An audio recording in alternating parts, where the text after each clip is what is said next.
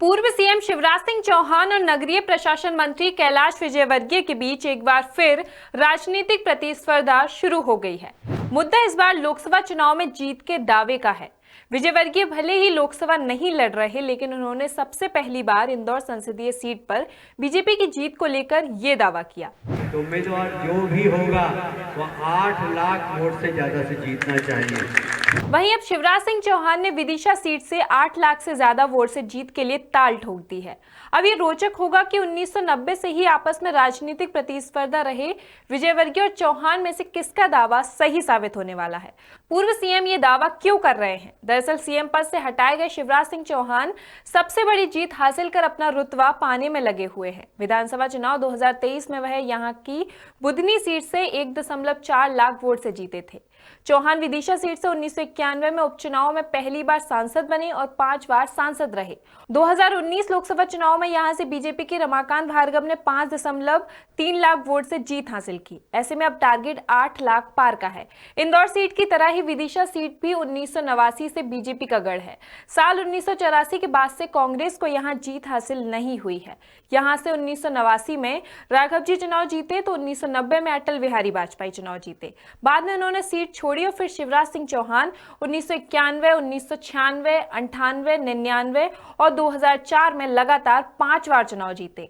2009 और 2014 में सुषमा स्वराज भी यहां से चुनाव जीत चुकी हैं। ये सीट 1967 में अस्तित्व में आई थी और केवल 2 बार 1980 और 1984 में कांग्रेस के प्रताप भानु शर्मा ने ये सीट जीती थी। इसके पहले जनसंघ ने और फिर बीजेपी ने लगातार ये सीट जीती। इंदौर लोकसभा 1989 से बीजेपी का गढ़ है। यहां 8 बार लगातार सुमित्रा महाजन चुनाव जीती तो फिर 2019 में शंकर लालवानी ने रिकॉर्ड 5.47 लाख वोट से जीत हासिल की।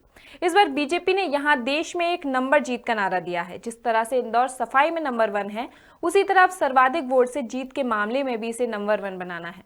विजयवर्गीय और शिवराज सिंह चौहान एबीवीपी के समय से साथ में हैं। दोनों ने पहली बार विधानसभा चुनाव भी 1990 में ही लड़ा और जीता। विजयवर्गीय इंदौर 4 से चुनाव जीते तो शिवराज बुधनी से। इसके बाद विदिशा संसदीय सीट खाली होने पर शिवराज केंद्र में सांसद बनकर चले गए और लगातार 2004 तक सांसद रहे। केंद्र में रहने से केंद्रीय नेतृत्व के करीब होने का लाभ उन्हें 2005 में तब मिला जब प्रदेश में सीएम पद पर बदलाव हुआ और वह सीएम बने। इसके बाद वे लगातार 2018 तक सीएम रहे। फिर 15 माह की कमलनाथ सरकार रही और मार्च 2020 में फिर सीएम बने और दिसंबर 2023 तक सीएम रहे।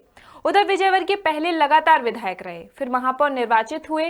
प्रदेश में 2003 में बीजेपी सरकार बनने पर वे पहली बार मंत्री बने और 2015 तक लगातार मंत्री रहे। लेकिन शिवराज सिंह चौहान से पटरी नहीं बैठने पर इस्तीफा देकर केंद्र में चले गए। 2023 में फिर विधानसभा चुनाव लड़कर चुनाव जीते और अब मोहन सरकार में मंत्री बने हैं। सीएम के लिए कैलाश विजयवर्गीय हमेशा दौड़ में रहे। प्रदेश अध्यक्ष के लिए भी नाम चला, लेकिन सीएम की कुर्सी उनके साथ खेल खेलती रही।